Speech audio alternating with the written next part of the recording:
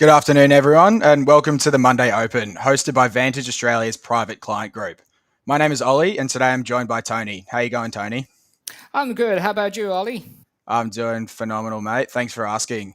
No Yeah, we'll shift into the schedule for today. So for anyone who's watched the stream before, you'd be pretty familiar with the structure, but just to go over it, typically we start off with a summary of last week and an overview of any upcoming major events. We then switch over to the technical corner where we go over a couple of different markets and identify potential opportunities through a technical top-down analysis. We then shoot it over to a Q&A where we answer some of the most common questions we get asked by our clients. So without further ado, let's jump into it. Tony, would you like to take it away with a summary of last week? Sure, not a problem. All right, so let's have a look at what the major events happened last week. Begin with the 3 out of the big 4 banks released their results. Now, first of all, Westpac announced the first half of profit as a $3.45 billion, down 1%. As a result, share on the day dropped to $32.45, which is down about 3%. Now, NAB, following that, announced net operating income of $10.28 billion, up 1.7%. We see the share price on the news rose to $35.87, which is up 1.61%. Lastly, we got a bit of interesting story on ANZ side. They actually delivered $10.99, about $11 billion in revenue for the first half, actually uplifting 5% from the previous period. However, the concerns over margin pressure, increased impairment, regulatory scrutiny, and also have overshadowed the good news they delivered. As a result, we've seen the ANZ share price closing $29.40, down 1.93%.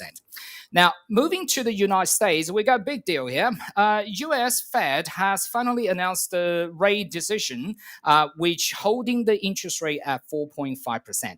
Now, Chairman Powell highlighted the challenge for tariffs, stressing uncertainty in the economic outlook. While in the meantime, he has also raised the concern of a stagflation, which is the situation we have low growth and high inflation rate. So what does that all mean to the investors? Well, on one hand, the market is reacting to the Fed's decision. It was quite relatively positive. Investors seems to be appreciating the Fed's patience approach and the resilient to the economy amidst the trade tension. Now, US stocks close higher. We've seen Dow Jones rose by 0.7%. SP 500 increased by 0.4%, and NASDAQ gained 0.3%. On the other hand, gold price experienced a noticeable increase. Spot gold rose by 0.9% to $3,392.90 per ounce. Now, we believe that it was driven by the investor concerns over the economic uncertainties highlighted by the Fed, including potential inflation and unemployment risk, as well as, well, we all know the ongoing trade tensions between US and China. Now, moving to Europe, we have a Bank of England announced a rate cuts of 25 points to 4.25, which is as expected. Now, this marks the 4th consecutive cut since the August 2024.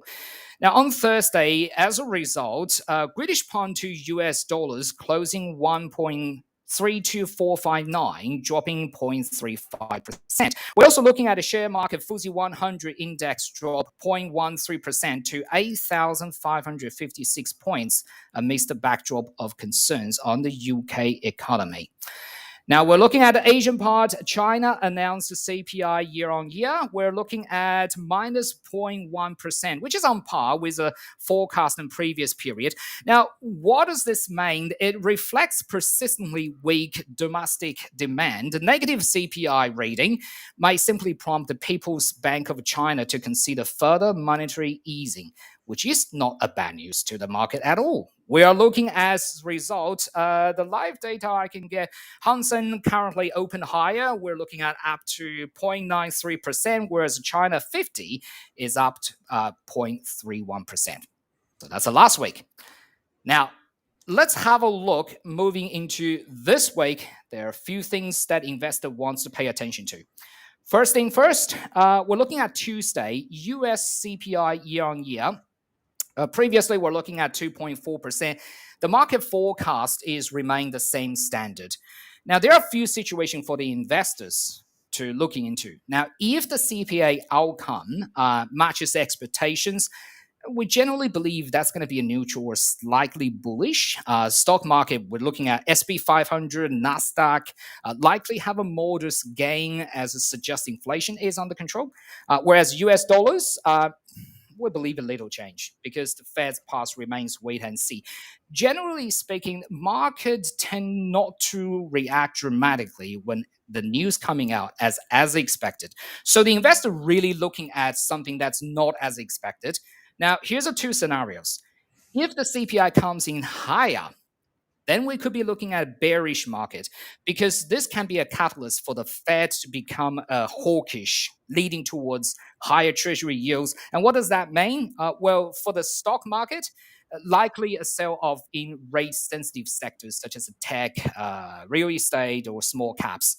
In the meantime, the US dollars could be strengthened as the Fed stays cautious, whereas gold, on the other hand, in this case, could be seeing a price dip because the stronger dollar and the higher real yields.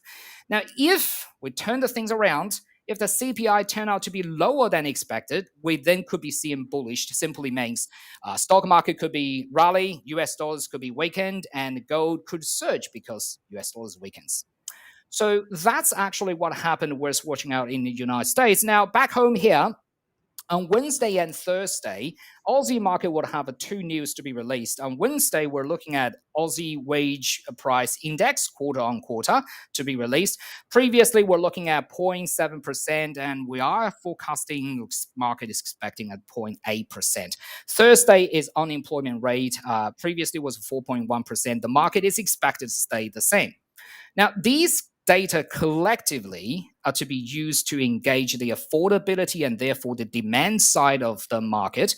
Again, we don't worry too much about if it come out as expected. We'll be more focusing on what's not. So if it's a stronger than expected for equity, stronger data could boost Australian equities. Hence, we would anticipate ASX 200 to rise. Whereas for the currency, Australian dollars, we also expect AUD to be strengthened as higher wage growth reduces the rate cut expectations. By the same token, if actually come up as weaker, then we'll be expecting ASX 200 to decline and AUD to be weakened. So that's what happens in Australia here. On Thursday, we have two more news in United States that the investor might want to pay attention to. First thing first will be a PPI month-on-month, stands for Producer Price Index. Now, previously, this was minus 0.4%.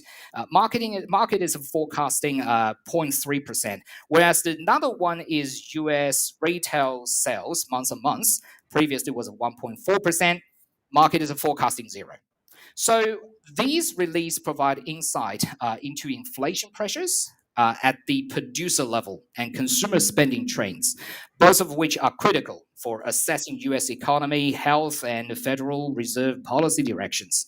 Again, from the investment point of view, if we're looking at the outcome comes of stronger than expected data, then for equity, again, stronger data could pressure US equity downwards as a higher inflation and robust spending raise fears to tighten the Fed policy. We're talking about SP 500 and Nasdaq, for example, might dip. Whereas the US dollars, the currency, a stronger US dollars is likely. This is due to the inflation signal reduce the rate cut odds. Now, again, weaker than expected data will be totally opposite. We'll be expecting US equity to rally and we're expecting US dollars to be weakened. So that's the things for this week to look into. Thank you, Tony. All right, so shift on from here. We'll go into the technical corner. Let me just share my screen with everybody. All right, so here we go now. So the first market I wanted to look into was the pound against the Japanese yen. So right now we're looking on the pound Japanese yen, looking on the daily chart. So we're signaling pretty much dating back to mid-September 2024 up till current. We're seeing a pretty distinct downward trend as we go down from here. So right now, as of market open today, we are kind of testing towards that top sort of level of the trend.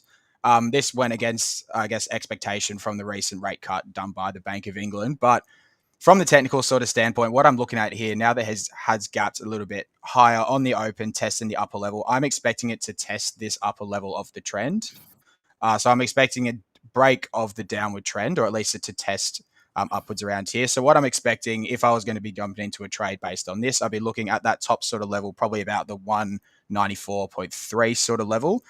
And I'm expecting it to test up around here, this previous swing high, which would be at the 195 level. So I'd probably look to get into a trade around here, place a limit up at about the 195 level, with a stop probably testing around this recent swing low at the 190. If we switch over, so on the pound yen, if we switch this over onto the 4-hourly chart, we're using our Bollinger Bands as well. And I think this is pretty supportive of an upward trend in this sort of case as well. So right now we can see we've had a lot of breaks of the top band on the Bollinger Bands, which would indicate, I guess, an upward swing. If it does break above there, we typically do see that carry on the trend. If it breaks above the top level, it would carry on there, etc. And that's kind of what we saw here towards the tail end of last week. So it was testing around the moving average sort of level, broke above the moving average, has tested this upper level here. And right now it looks like we're sitting right at that top sort of level, which is why I'm expecting it to come up, break the trend level here around the 194.45 level. So for the second market I wanted to look into as well was on the pound Canadian. So right now I'm looking on the daily chart. So for the pound Canadian right now. So if we look at the broader sort of scope of it, pretty much dating back to late 2022, it was on a pretty steep uptrend, as we can see, and it's been pretty consistent on that throughout. I've had a few breaks down on the lower sort of level, but it's definitely testing up here now. The most recent swing high actually did test on that top level, so that was sitting at about the 0.8813 sort of level.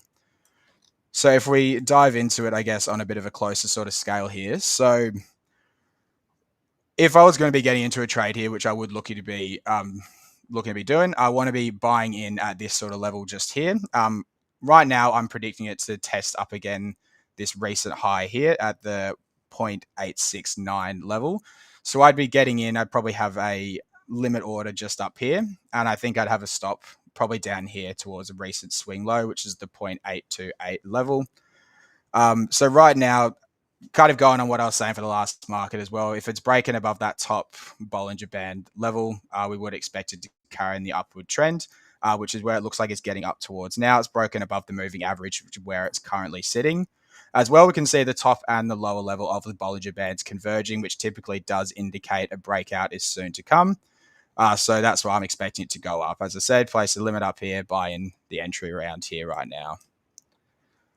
So that covers it for the technical section for the moment. So the next section we wanted to go into is the question and answers. As I touched on at the start, the Q&A section, we typically just try and pull together a couple of questions, which are the most common questions we get asked by our clients when we're speaking to them on the phone. So the first question, do you want to take it away, Tony? Sure, not a problem. So the first question we're being asked quite often is, what is CPI and why does it move currencies? Now, the CPI, Consumer Price Index, measures the average change over time in the prices paid by consumers for a basket of goods and services. So it is the most widely used indicator of inflation and deflation. Generally speaking, when CPI goes up, it signals high inflation, which means the price is rising and purchasing power falls. CPI goes down could be indicating either low inflation or deflation, meaning that the price can be either stable or falling, signals of weak demand. So how does it actually move the currency? Well, first, a couple of things there. First of all, it drives the central bank policy expectations because higher CPI, which we call the inflationary pressure, will be a catalyst for the central banks like Fed or RBA to rise the interest rate in order to cool the inflation. The higher interest rate will then in turn will attract foreign capital, makes the currency, become more desirable, hence the currency strengthens. Vice versa. Now, the other thing that also actually impact the currencies is that the market sentiment and carry trades.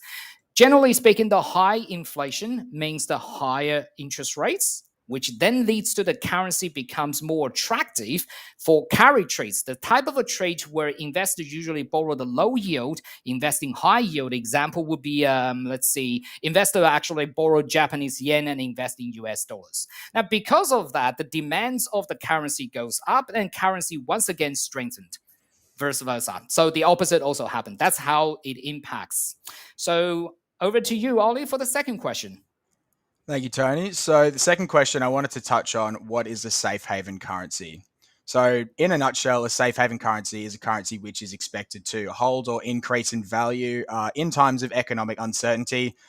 As we predict right now, it's particularly relevant in that as you know, there's a lot of uncertainty going on in the world.